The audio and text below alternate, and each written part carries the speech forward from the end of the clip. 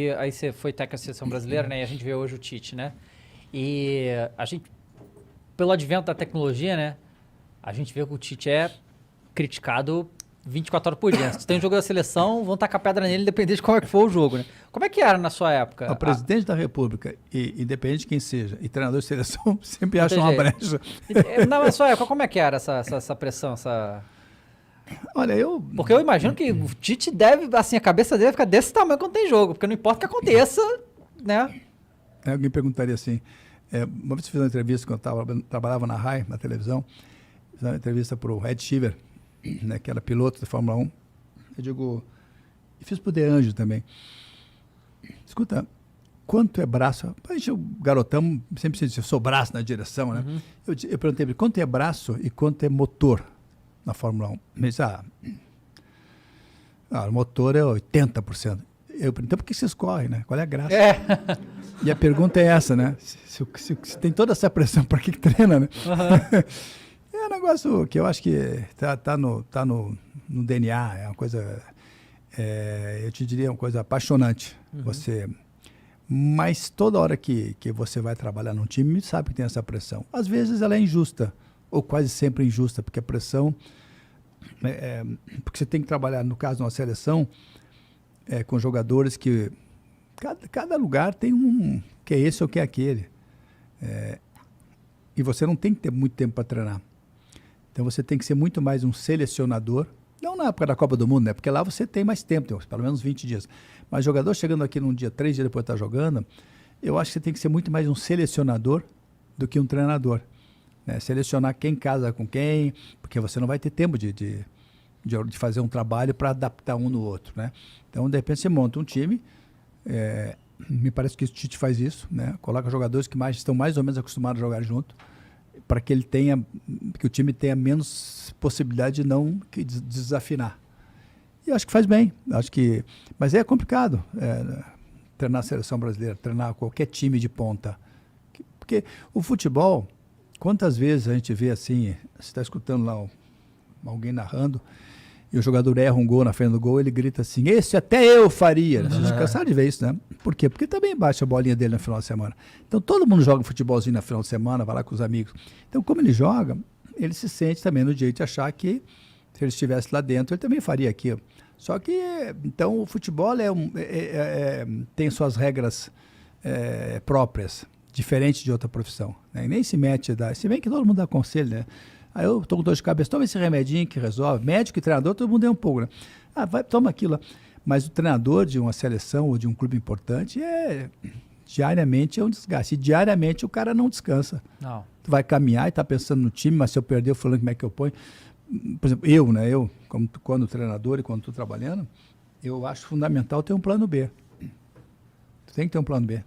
Plano B, como Plano B é um segundo, se tem o teu plano A, você vai jogar no 4-3-3, porque tu definiu. Aí tu vai ter que, o jogo não acontece, você tem que ter um plano B, vamos mudar o jogo. Isso tem que ser treinado, claro que tem que ser treinado, né? Porque o plano B, às vezes, é muito mais importante que o A, porque o A todo mundo sabe. Né? Você vai ver os times principais do Brasil, você sabe como é que joga. Né? Você sabe, não tem assim segredo. Então, o segredo é você entrar com uma coisa diferente. Por isso que eu acho que o plano B, ele é, às vezes, muito mais importante que o plano A. Cara, e o trabalho do Tite, o que você tem achado Eu até gosto, agora? eu gosto. Eu estou só preocupado porque, eu acho que ele também está, é que não vamos ter assim nós não vamos medir força com a Europa, né? Não tem calendário. Eu acho que isso ele também está sentindo falta. Eu acho que seria importante. Nós tivemos aí um jogo mais complicado com a Argentina, que é mais ou menos do nosso tamanho. Uhum. Né? Enfim, eu acho que o calendário não nos dá condições de enfrentar uma França, né?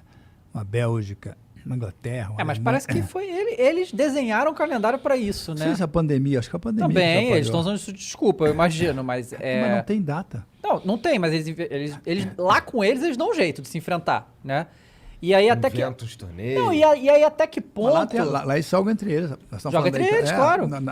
Nessa classificação. Sim, né? mas aí até que ponto, porque assim, pra eles é melhor não enfrentar, não dá chance da gente tentar nada, porque quando chegar na Copa os caras estão muito mais preparados.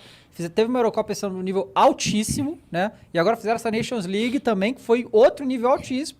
Eu, pelo menos, vejo... É a classificação também que estão jogando. Cara, Né? é eliminatória que é muito mais difícil que a nossa. Então, são eventos que nós não tivemos. Então, a única preocupação que eu tenho é que a gente vai se dar conta disso A gente vai na ter que Copa. descobrir sobre as seleções Na europeias Copa. jogando com Na elas. Copa. É. Na Copa. Isso que é uma coisa que eu me preocupo também. Acho que o próprio Tite se preocupa.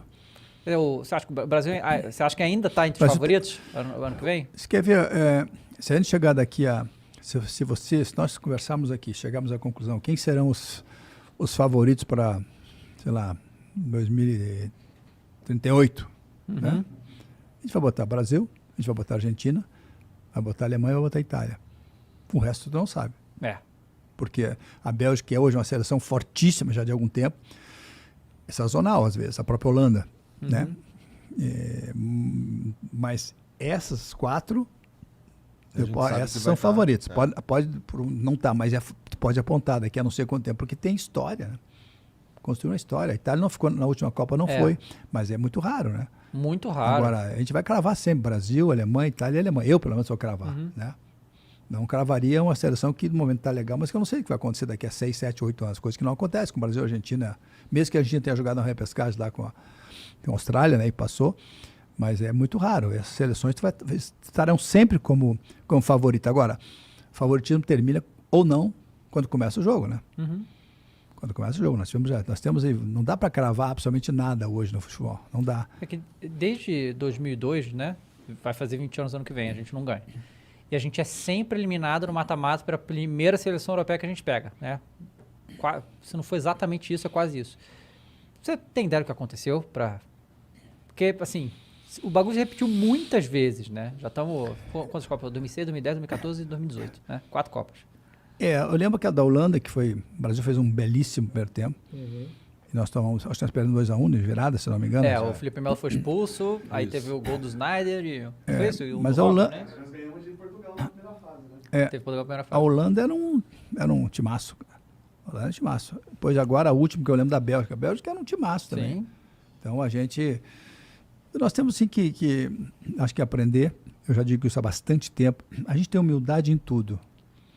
A gente não valoriza tanto as nossas praias, né? A nossa música, né? Então, nossa música tão eclética, né? Nós temos lugares fantásticos para você fazer um turismo.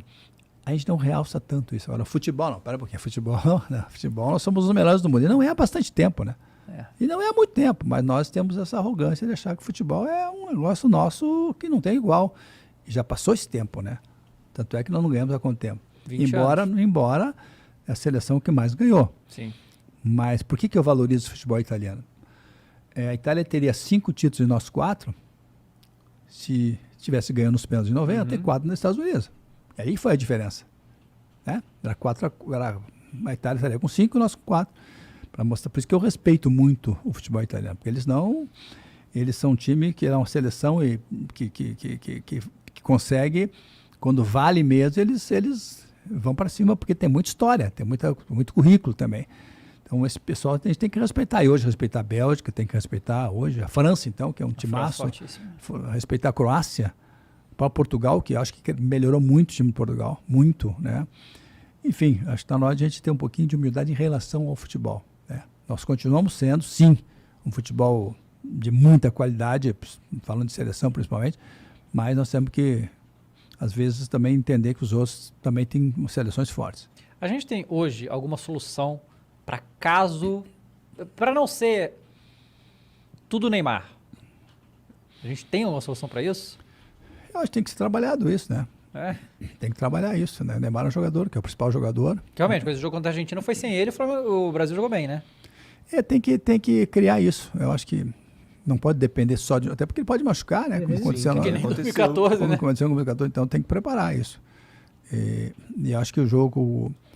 Tem que se criar uma situação em que o diferencial seja ele, vai ser. Mas tem que ter um plano B. Plano Plano N, no caso, sem Neymar.